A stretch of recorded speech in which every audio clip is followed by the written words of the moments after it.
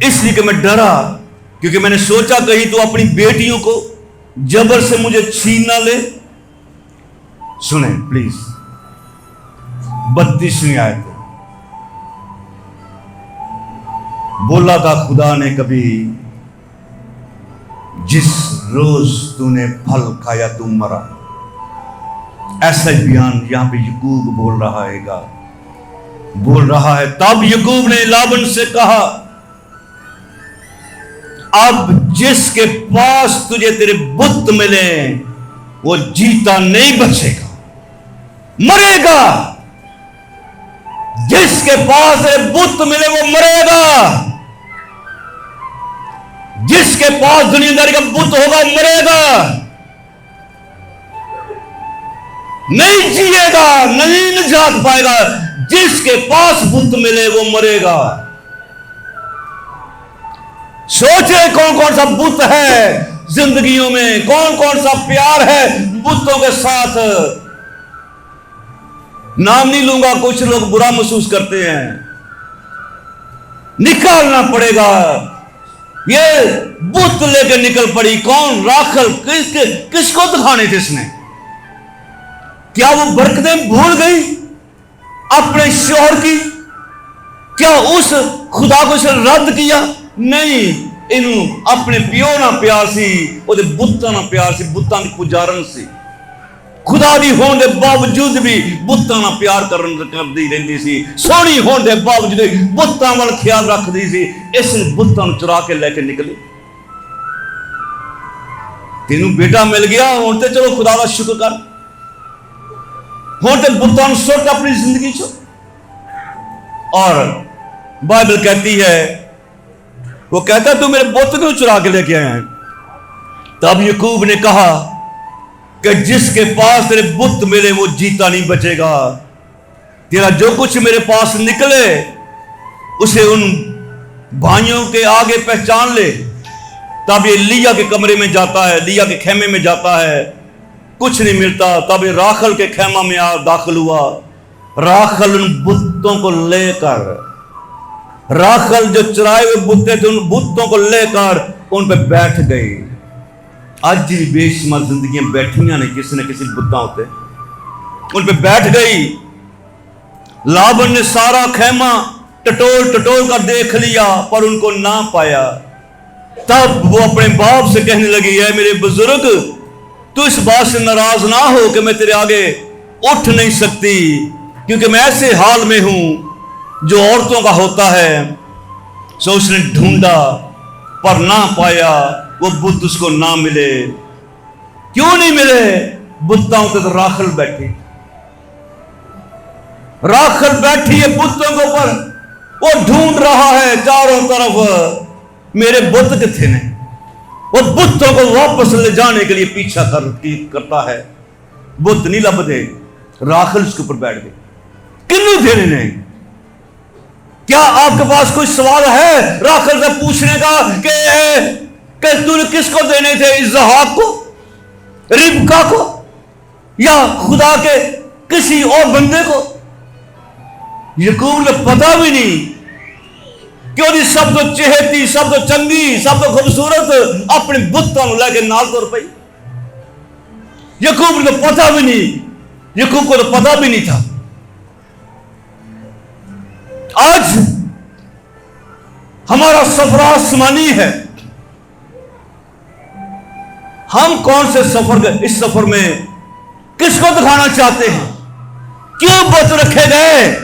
کیوں آج بت ہماری زندگی میں؟ یہ بت ساتھ میں لے کے چلی، جھوٹ بولتی اپنے باپ سے کہ میں اٹھ نہیں سکتی، اور یعقوب کو غصہ آنا سی۔ کہتا ہے کہ میں نے تیرے ساتھ رہا، تیری خدمت کی، تو نے میرے ساتھ اچھا نہیں کیا۔ 14 برس تک میں تیری خدمت دونوں بیٹیوں کی خاطر کی، 6 برس تک تیری بھیڑ بکریوں کی خاطر، 30 سال، 20 سال ہو گئے، تو نے 10 بار میری مزدوری بدل ڈالی۔ اور پھر وقت آتا ہے کہ یہ واپس چلا جاتا ہے، بت لبھتے کوئی نہیں، واپس چلا جاتا ہے۔ اس دوران خدا اسے کہتا کہ اٹھ جا اس مقام پہ جہاں پہ مجھے نظر آیا تھا مذبح بنا. یہ مذبح بھی بناتا ہے لیکن مذبح سے پہلے کچھ بولتا ہے. یعقوب اکیلا رہ گیا وہ پڑھتے وقت. یہ سارا سلسلہ جاری ہے. یعقوب اپنے خاندان سے بولتا ہے. 35ویں آیت کے اندر بولتا ہے تب یعقوب اپنے گھرانے سب ساتھیوں سے کہا بیگانہ دیوتاؤں کو جو تمہارے درمیان دور کر دو, طہارت کر کے اپنے کپڑے بدل ڈالو. سن کے بھی یہ نہیں اپنی بت سٹ دی پئی.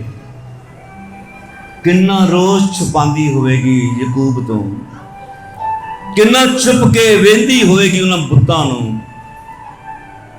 کڈ نہیں رہی اپنی زندگی چوں, کڈ نہیں رہی اپنی زندگی چوں, دور نہیں کر رہی اپنی زندگی تو. یوسف بیٹا ملنے کے باوجود بھی اپنے بتوں کو نہیں نکال رہی.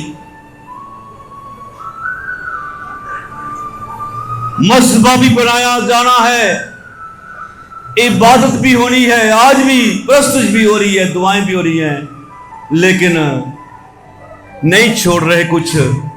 اور آگے سنیں ذرا پلیز 35ویں آیت 35واں باب 14ویں آیت. تب یعقوب نے اس جگہ جہاں وہ اس سے ہم کلام ہوا تھا پتھر کا ایک ستون کھڑا کیا, اس پر تپاون کیا, تیل ڈالا. یعقوب نے اس مقام پر جہاں خدا سے ہم کلام ہوا تھا بیت دل رکھا. وہ بیت دل سے چلے. افرات تھوڑی ہی دور رہ گیا تھا, منزل تھوڑی ہی دور رہ گئی تھی, منزل تھوڑی ہی دور رہ گئی تھی, افراد تھوڑی ہی دور رہ گیا تھا. راخل کا درد ذہ لگا, وضع حمل کا وقت آ گیا. جب وہ سخت درد میں مبتلا ہوئے تو دائی نے اس سے کہا مت ڈر, اب بھی تیرے بیٹا ہی ہوگا. مت ڈر, اب بھی تیرے بیٹا ہی ہوگا. مرتے مرتے اس نے اس کا نام نبونی رکھا. مر گئے, مر گئے. منزل تھوڑی ہی دور تھی, مر گئے. جس کے پاس تیرے بت ملے وہ مرے گا, وہ مرے گا, وہ مرے گا. جس کے پاس تیرے بت ملے راہ میں رہ گئی.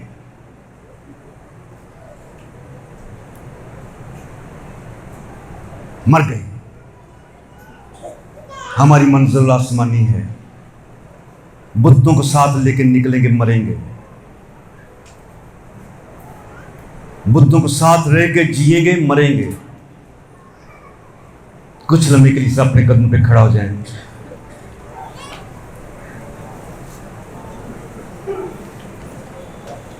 کچھ لمحے کے لیے سوچیں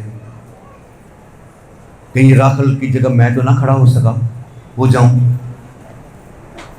کہ راخل کی جگہ میرا مقام نہ ہو جائے. ابھی وقت ہے. سوال چھوڑ دی راخل, کیا اس نے مرنے سے پہلے بتوں کو پھینک دیا؟ جواب بائبل میں نہیں ہے. کیا مرتے دم تک اس نے اپنے بتوں کو ساتھ میں رکھا؟ جواب بائبل مقدس میں نہیں ہے. لیکن بتوں کو ساتھ لے کے چل پڑے. جس کے پاس بت ملے وہ مرے گا. مر گئی.